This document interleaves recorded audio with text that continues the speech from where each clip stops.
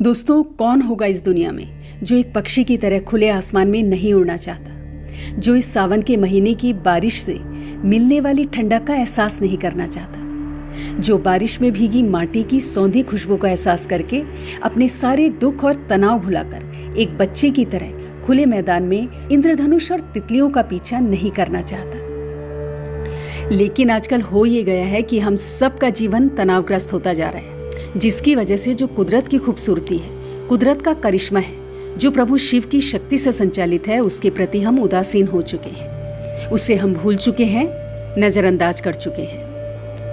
और ये डिप्रेशन, अवसाद और ये तनाव दोस्तों ये चुटकियों में खत्म हो जाता है अगर आप सक्षम हैं अपना हृदय खोलने के लिए, प्रकृति की प्राणवायु को ग्रहण करने के लिए। बस इसका एक ही तरीका है कि हम ध्यान के मार्ग पर निरंतर बढ़ते जाएं। और ध्यान के इस मार्ग के बीच में आपको कुछ ऐसे अनुभव होंगे जो सबूत होंगे आपके लिए कि प्रभु ने आपकी प्रार्थना स्वीकार कर ली है। तो दोस्तों, आज मैं कुछ ऐसे ही 5 संकेतों के बारे में बताने जा रही हूँ जिनका अनुभव अगर आपको सावन के महीने में होता है या कभी भी होता है तो समझिएगा कि त्रिकालदर्शी त्रिलोकी शिव आप पर अपना प्रेम छलका रहे हैं, अपना हृदय खोल कर आपको पुकार रहे हैं। और इस पुकार का, इस कंपन का ज्ञान होते ही जो कि आपको इन संकेतों के रूप में मिलेंगे, आपको अपना हृदय भक्ति के लिए और खोल देना है और प्रभु शिव की आराधना में डूब जाना है। नमस्कार दोस्तों, आप सभी पर माँ का आशीर्वाद और बजरंगबली की कृपा सदैव बनी रहे। और एक जरूरी बात आपको बताना चाहूंगी कि इस वीडियो के अंत में हमने कुछ बेहद जरूरी सवालों के जवाब भी दिए हैं। बस संकेत जानने से पहले एक बात ध्यान में आपको रखनी है कि ये जो संकेत की स्पष्टता है वो आपकी संवेदनशीलता पर आधारित होती है। तो आइए जानते हैं पहला संकेत। तो दोस्तों, पहला संकेत आप ध्यान से समझना। आपको स्वप्न में या गहरी साधना में एक आवाज सुनाई देगी। उसके प्रति अगर आप संवेदनशील हो पाए तो आप एहसास कर पाएंगे कि वो आवाज किसी और चीज की नहीं बल्कि वो एक लय में बज रहे डमरू की आवाज है। होता क्या है कि अगर जो साधना में नया नया आया हुआ है वो सिर्फ जब जगा हुआ होता है तब होश में होता है, लेकिन जो बहुत समय से साधना कर रहे हैं उनका स्वप्न भी और उनकी नींद भी प्रभु के ध्यान में होती है, जिसके कारण उनकी संवेदना बढ़ जाती है और वो इन संकेतों को साफ साफ महसूस कर पाते हैं, समझ पाते हैं। तो आपको जब कभी भी स्वप्न में किसी आवाज का एहसास हो या ध्यान में भी आवाज का एहसास हो तो आपको समझ लेना चाहिए कि प्रभु शिव स्वयं आपके आसपास है। और दोस्तों, जो बहुत समय से पूजा में है, बहुत समय से साधना में है, उन्हें स्वप्न में या ध्यान में न सिर्फ आवाज सुनाई देगी बल्कि एक डमरू भी दिखाई देगा जो स्पष्टतः स्वयं शिव ही है। तो ये तो था पहला संकेत। आइए अब समझते हैं दूसरे संकेत को। आपको स्वप्न में या गहरे ध्यान में एक पत्थर की आकृति दिखेगी जिसे देखकर आपके दिमाग में शिवलिंग का ख्याल उठेगा। अब ये पत्थर की आकृति कई लोगों को दिखती है, लेकिन संवेदनशीलता न होने के कारण हम उसे नजरअंदाज कर देते हैं। अब उदाहरण के लिए, जैसे आप ऐसा समझिए कि आप मेरी ये वीडियो देख रहे हैं, लेकिन अभी आपको ये ख्याल नहीं है कि आपने किस रंग के कपड़े पहने हुए हैं। जब आप देखेंगे तभी आपको याद आएगा।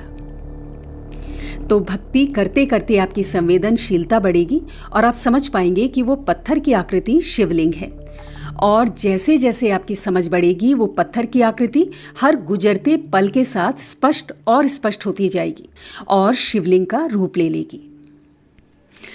दोस्तों, उम्मीद करती हूँ कि आपको ये अनुभव इस सावन के महीने में अवश्य होगा। और दोस्तों, कुछ भक्तों को पूरा शिवलिंग पहली बार में ही नजर आ जाता है। तो ये था दूसरा संकेत शिव की कृपा का। दोस्तों, अब ये जो तीसरा संकेत है वो आपको तब अनुभव हो सकता है जब आप साधना के दौरान खुद को पूर्णतः मिटाने में सक्षम हो जाएं, यानी कि खुद को बिल्कुल शून्य बना लें, खुद का अस्तित्व ही खत्म कर दें और आप प्रभु शिव की साधना में कुछ इस कदर डूब जाएं जैसे एक नदी सागर में मिलने के बाद मिट जाती है। क्योंकि अगर नदी नदी रह गई या आप रह गए तो ना कभी नदी सागर बन सकती है और ना आपका मिलन शिव से हो सकता है। तो साधना में हमें द्वैत को हटाना है और अद्वैत में खो जाना है।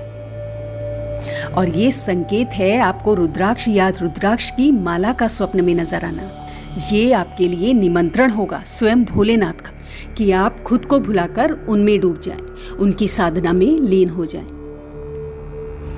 दोस्तों, अभी तक जो मैंने आपको संकेत बताए हैं, ये अगर आपको अभी तक नहीं महसूस हो पाए हैं तो कोई बात नहीं, आप निरंतर इसके लिए प्रयास करते रहिए। और मैं अपना अनुभव बताना चाहती हूँ कि आपको ये संकेत महसूस होंगे ही होंगे अगर आप एक साधक की भांति शिव का ध्यान करें। ये मेरा आपसे वादा है। तो आइए दोस्तों, अब चलते हैं चौथे पॉइंट की तरफ। इसमें मैं आपको कुछ संज्ञाओं के बारे में, जो कि संकेत रूप में स्वप्न में या ध्यान में दिखती हैं, उनके बारे में बताऊंगी कि उनका अर्थ क्या होता है। और दोस्तों, ये जो अर्थ है, ये ऐसा नहीं है कि आपको नहीं पता होगा।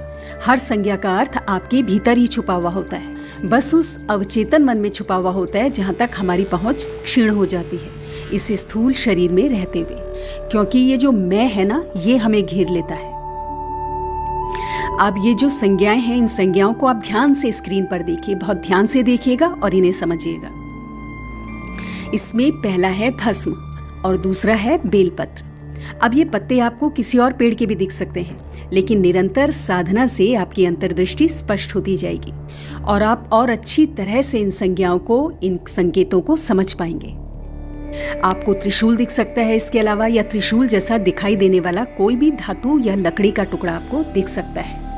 इसके अलावा दोस्तों, सपने में या गहरे ध्यान में सर्प दिखाई देना बहुत शुभ संकेत है और ये संकेत बताता है कि भगवान शिव की आप पर विशेष कृपा है।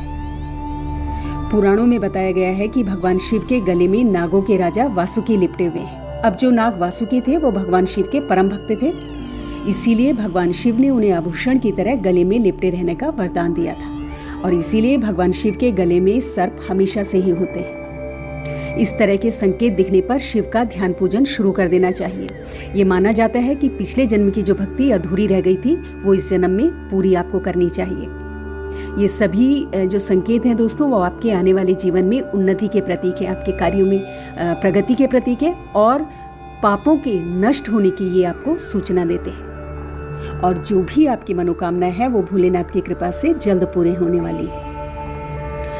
तो आइए अब चलते हैं हमारे सब्सक्राइबर्स के सवालों की तरफ और मैं उम्मीद कर रही हूँ कि मैं उनका जो जवाब दे रही हूँ, इससे कई भाई बहनों के बहुत सारे डाउट्स क्लियर होंगे। तो अब लेते हैं पहला सवाल। पहला सवाल है विनय कुमार सिंह जी का।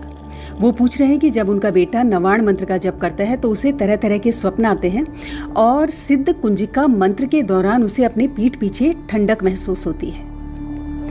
इसका मतलब यही है कि आपके बेटे के आसपास ऊर्जाएं हैं और उन ऊर्जाओं से वो लिंक बैठा पा रहा है। जब वो साधना के मार्ग में आगे जाएगा तो ये स्वप्न उसे और स्पष्ट होने लगेंगे और वो इनका अर्थ समझ पाएगा। स्वप्न आ रहे हैं तो आप चिंता ना करें, और अगर बुरे स्वप्न भी आ रहे हैं तो डरने की बात नहीं। और ये बात मैं अपने सभी भाई बहनों से भी कहना चाहती हूँ कि जिन लोगों को भी तरह तरह के स्वप्न आते हैं, क्योंकि मुझ पे कई तरह के मैसेजेस और फ़ोन्स आते हैं कि हमें इस तरह के स्वप्न आ रहे हैं, तो भय की कोई बात नहीं है। आप सभी लोग अपनी साधना जारी रखें और स्वप्न का कारण क्या है वो आप अपने इष्ट से पूछें, आपको संकेत अवश्य मिलेंगे। आप 3 बी याद रखना अपने जीवन में, 3 बी। पहला बी यानी कि भय, दूसरा बी बाधा और तीसरा बी है भक्ति। तो ये जो भय है वो भक्ति में बाधा क्रिएट करता है। तो आपको भय नहीं रखना है, क्योंकि आपको अपना कर्म करते रहना है और ईश्वर की इच्छा के बिना तो पत्ता भी नहीं हिलता है। तो भय किस बात का करना है? बस आप अपने सपनों को साक्षी भाव से देखें और ईश्वर पर विश्वास रखें। मैं आपको एक बहुत जरूरी बात बताना चाहती हूँ जिससे आपका भय पूरी तरह से खत्म हो जाएगा। अगर बुरी शक्तियाँ दैवीय शक्तियों से ज़्यादा ताकतवर होती तो आज मैं आपके आगे जिंदा ना होती, ये बातें नहीं कर पा रही होती, ना ही आप होते और ना ही ये संसार होता। और जहाँ तक ठंडक महसूस होने की बात है तो ये भी एक शुभ संकेत है। हर साधक का अपना अनुभव है। कई साधकों को बहुत गर्मियाँ महसूस होती है साधना के समय, कई साधकों को बहुत ठंडक महसूस होती है, तो सबका अनुभव अलग अलग होता है। तो आप किसी भी प्रकार की चिंता ना करें, निश्चिंत रहें और अपने जीवन का आनंद लें। आप चलते हैं दूसरे सवाल की तरफ। ये गौरव शाह पूछ रहे हैं कि घर में मंदिर अगर नॉर्थ ईस्ट में है यानी उत्तर पूर्वी दिशा में है तो उसका मुख किस दिशा में होना चाहिए? तो गौरव जी, वास्तु के हिसाब से घर में मंदिर की स्थापना के लिए सबसे उत्तम स्थान है ईशान कोण यानी कि नॉर्थ ईस्ट कोण, और आपका मंदिर उसी दिशा में है। बहुत बढ़िया। अब जहाँ तक मंदिर के मुंह की बात है तो आपके मंदिर का मुख उत्तर दिशा में ना रखें, क्योंकि अगर आप उत्तर दिशा में मंदिर का मुख रखते हैं, तो जब आप पूजा करेंगे तो आपका मुख दक्षिण दिशा में हो जाएगा, जो यम की दिशा मानी जाती है, और जिस तरफ मुख करके पूजा नहीं करनी चाहिए। तो ये स्पष्ट है कि आपको अपना मुख दक्षिण में पूजा करते हुए नहीं करना है, यानी कि आपके मंदिर का मुख उत्तर दिशा में नहीं होना चाहिए। तो आप पूर्व या पश्चिम दिशा में अपने मंदिर का मुख कर सकते हैं। तो दोस्तों, ये थे आपके कुछ ज़रूरी सवालों के जवाब। उम्मीद करती हूँ कि कई भाई बहनों के बहुत सारी शंकाएं, बहुत सारे संशय क्लियर हुए होंगे। अगली वीडियो में बहुत जल्द मिलती हूँ। तब तक के लिए अपना ध्यान रखें, स्वस्थ रहें, खुश रहें, मस्त रहें। जय माता दी, जय बजरंगबली।